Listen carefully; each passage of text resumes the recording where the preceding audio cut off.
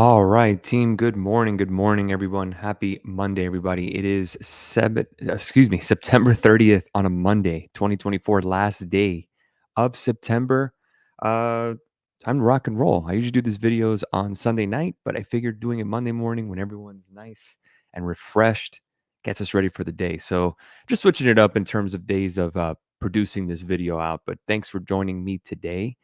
And every beginning of the weekend, where we do the weekly recap here at GAR Capital. Thanks again. My name is Carlos Garcia. I'm the founder and CEO of GAR Capital. You have it locked here to our YouTube channel, going over the markets. Let's go ahead and get started. Futures this morning, Dow futures are down 60 points. The S&P is down about 0.28%. The S&P is down 0.21%, and the Russell's down about 0.62%. So we're getting a little bit of weakness, even though China stocks are up this morning. Biggest move since 2008, since the financial crisis, more stimulus coming out of China. Dollar index is up this morning, 0.12%. The VIX up 1.18%. Crude oil is down 0.82%. Gasoline down 0.86%. Gold is down 0.31%. Silver down 1.21%. Copper down 0.80%.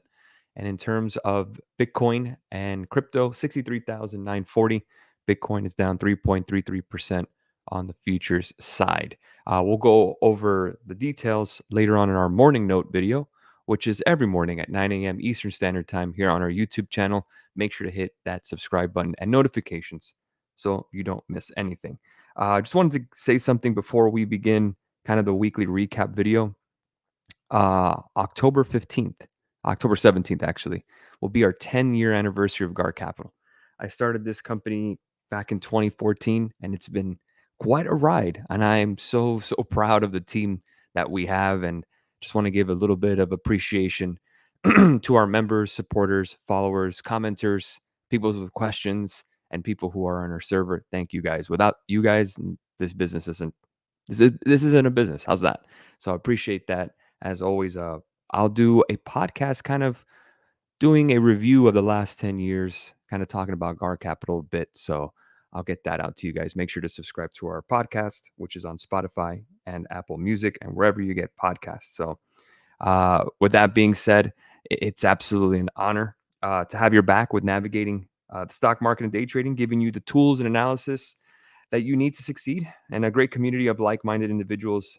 And let's be real, financial market nerds like me. That's what I love about it.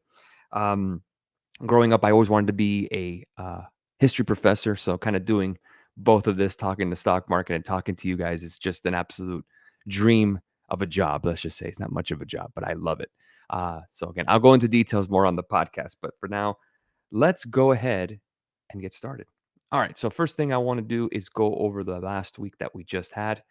Go to option signals, and you can see this week our weekly results. We had Amazon calls that hit as high as 70%, Tesla that hit as high as 101%, Nvidia that hit as high as 70%, IWM hit as high as 80%. But our Google calls, 167.50, hit as high as 30%, but then reversed. We also boosted on Friday. We got as high as minus 20%, and then it just reversed back down, unfortunately. But a pretty solid week all around. I wish we would have got undefeated, but our 9-win streak ends. So I wanted to get 10, but we didn't get there. So, but just good stuff all around. Very proud of the team, and all that matters now is the next streak. So we'll see if we can get that. Let's go over some of the names that I am watching this week, or the team is watching. We also have a promo going on. This is really because of the 10-year anniversary. So we're doing a lifetime premium membership for options and futures signals. So for those who don't want to be taught or don't want masterclass, for example, but they just want to be part of the server, get ready for that bull market that we're getting, which we're in a bull market now. This is the way to not have any monthly payments and just be full-time GAR Capital, in a sense. Just have the signals, one-time payment, never have to worry about weekly charges or subscription charges again. So that's not going to last forever. Again, it was really just for the 10-year anniversary. I don't know how long that will be. That will be, I'll have to speak to marketing on that. But want to give a shout out to our wonderful team, marketing team that handle the blog, that handle the social media, and the question and answers in the back office. Yeah, this isn't just only me, guys. This is a whole team. So I really do appreciate them. Here are the 3 stocks we are watching this week. Tesla deliveries to report on Wednesday. Gap to fill at 289.24. A break of 264.27. Target 280 to 290 calls. Let's take a look at that chart together. How's that? All right, we're seeing this morning. We'll go to the 4-hour chart to give us a pre-market price. Still need to get above 264.27. It is down about 80 cents this morning, let's just say, on Tesla. So again, we do need a little more. And if we do break above there, we're looking for this gap fill here at 289.56. Guys, we have been trading Tesla really since 140. Remember when we guys went long here on April 24th on earnings and we caught that since 140? We have been writing this in terms of options all the way up. So we're not quite done yet. We're looking for this gap fill at 290 for Tesla, and we'll see if we can catch that as we get moving forward. We also caught Tesla last week, so it's been a really good stock to us. We'll see what we get moving forward, but that's definitely something to watch. Palantir, maybe time to cool off. Let's just see. So in terms of Palantir here, you could see that 38.19 was the peak, at least short term. If we go to the max out, you can see that we did reject slightly this kind of weekly forming candle, at least at the terms of the bottom end, top end here, about 37.31 or so. So possible double top, could be just sense of a breakout. But again, what I'm looking for, if you go to the 4-hour chart and we go back to the information, insiders like the CEO are selling. A break below 34 is a short to 31.16, the September 6th daily gap. And that is right here. So you could see below 34.09. We'll go to the daily to give us a little more context. And you can see kind of this megaphone setup or just a channel, whatever you guys want to call it. But there is a gap to fill here at 31.13. If we could break below 34, 34.09, that's what I'm looking for, just to get us back into the range here. And let's see if we can get an opportunity to buy on the cheap or play the turnaround, because it is still a bull market. Palantir is still in an upward trend. The question remains, maybe we get a little bit of a pullback where we can take advantage. Let's go to Costco. Now, this is a name I have been talking about for weeks, as you guys know. Let's go ahead and take a look at it. Costco just reported earnings, softer than expected. Earnings, we're looking for 870.63 as our break point. And if we break below that 50-day moving average, I'm looking for 850 puts or the 850 target. That's probably the level you're looking for if you want to buy the dip on this name, because it stays within the channel. So Costco is definitely something that I'm watching. In terms of options, they don't always have the best options volume or demand, but again, doesn't mean that we can't keep an eye on it. So those are the three names I'm looking for. One bullish name and two bearish names. Very, very difficult to short in a bull market, but there is opportunities out there. Maybe we get a little cooling off. Let's see. News headlines 24/7 in our breaking news channel right here. This is courtesy of Financial Juice. So make sure, if you guys want the latest in terms of news headlines 24/7, make sure to go to that channel. That's available for everybody. What I wanted to show you guys as well, as we move into October, we enter the one of the most historically best 2 weeks of the year, the third best. The best 2 weeks of the year are the first half of July, the first half of March, and the first half of October. Now, November is usually a strong month all around. And the fifth best 2 week period is the second half of November. The sixth best period for the S&P 500 is the 2 weeks to start November. So we're getting to a little bit of an area where things are just going to get a little easier for the bulls. But the first half of October, these first 2 weeks, are the third best seasonally speaking. So we need to be ready for any kind of move that we get. As of right now, the NASDAQ is pulling back. You could see down about 0.29%. Let's go ahead and take a look at it together. On the 4-hour chart, you can see right around 20,500 was rejected. We're starting to come close to the 50-day moving average. So that's right around 116. Keep that level and 20,000 as kind of our support. If we can retest 20,000, that is a level that I'm looking to buy. That's what I'm looking for. But again, it is early this morning. It's only 7:30. All we've gotten this evening is about some China headlines, stimulus and such like that.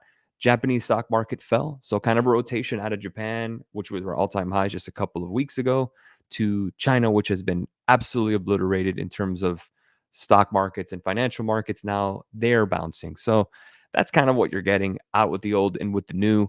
What I put too much emphasis on it in terms of China stocks. Let's go and take a look at FXI.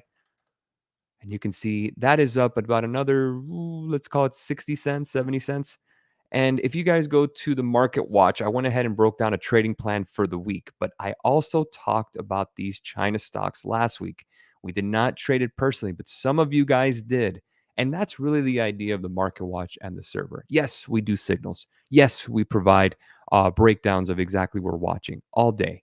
But at the end of the day, it's about giving you guys the tools to succeed as well. Now, we can't catch every single trade on a signal because, well, we have to think about the business and think about our other members. But you, the trader who are on the server, are completely different. You guys can make your own decisions without worrying about the implications of others. In terms of GAR Capital, we have to be very cognizant of others. But on the 24th of September, we talked about FXI, large cap ETF, which was above 30. Mind you, now it is at 32.17. You're talking about to be about 10% above the level that we talked about. Tons of options action. We talked about November 15th, 33 calls, 174,000 in volume. This was back then. And the 35 calls, FXI contracts were pushing. I think some of our guys got that trade on the trophy room. Let's see. Here you go. Mike Nisbos, FXI, beautiful. I don't know if he's still holding. But if he did, great. If he didn't, that's fine. But again, the idea is to give you guys the information as well. I even talked about Alibaba, tough to chase, but looking at the 100 calls, that's what I talked about. Let's go and take a look at Alibaba. We never filled it. That thing is at 111 now. Now it has a downside gap to fill. If we go to the 4-hour chart, you could see it is breaking out across all major time frame, at least short-term time frames. We do have a gap to fill at 116. We just filled one, two, those gaps there. That's done with. The question remains, can we get the gap fill here at 116.73 on the daily? But you're above every major moving average as well. You actually have a golden cross. That was actually on June, and we've continued higher. The 50-day above the 200-day. Is it a time to get into Alibaba? Right here, if we can get to 97.40, let's say we get a pullback of some kind, we fill some gaps, and the bulls can hold above. Maybe China gives us more stimulus. That'd be nice, or give us more stimulus to trade. Then we'll see if we get continuation. But for now, it's definitely been a mover. It's definitely something that's already moved.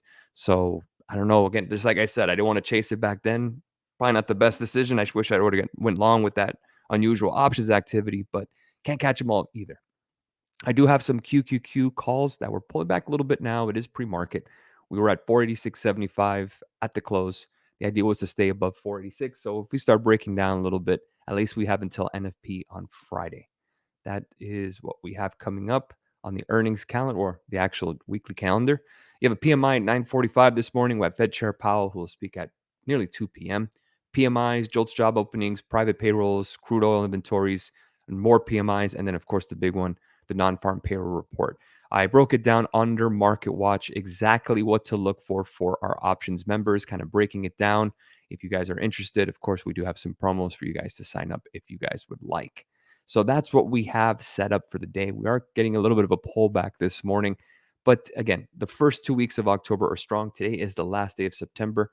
Today could be a bearish day of some kind. It could be just kind of closing up after a strong September in terms of hedge funds, family offices, mutual funds, kind of either buying bonds or selling stocks to kind of balance out their books. Keep in mind, just today, September 30th is the last day of the quarter. Last day of the quarter, last day of the month. We're about to get into Q4. Q3 was a wild one, but now we're moving forward. Q4 is usually strong, and I'm excited for it finally.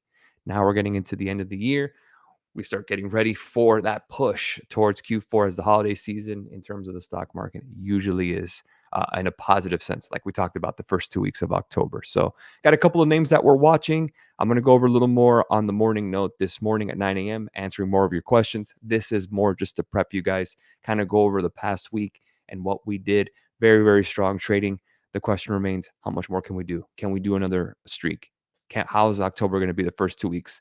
Are we getting set for a very strong quarter? I believe so.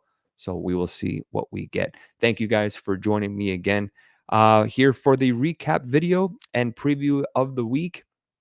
We'll see in terms of the Powell speech today, if that's going to affect anything. But the main one this week is going to be the main event is going to be the jobs number on Friday. That's going to be at 8:30 Eastern Standard Time. Keep in mind that happens before the market opens. So futures are probably the best way to kind of trade that in a sense. If you're trading options, again, understand that you're kind of a little bit handcuffed there.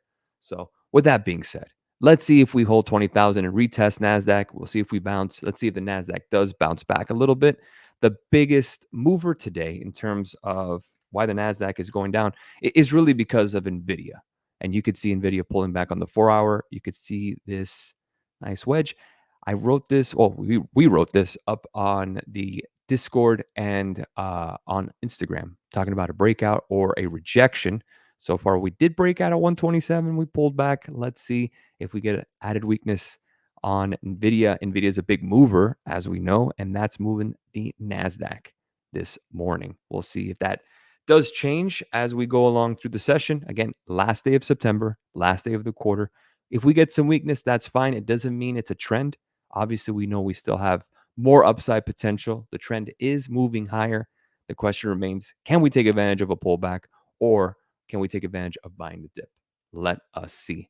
Have a great rest of your morning. I will see you guys later on today at 9 a.m. Eastern Standard Time for the morning note, and we can go over it a little further and answer some of your questions. Appreciate your time again, guys. As always, if you have any questions or suggestions, feel free to email us, garcapital@gmail.com, or shoot us a DM on Instagram or Twitter. Thanks again, guys. I will see you guys in a couple hours. Cheers.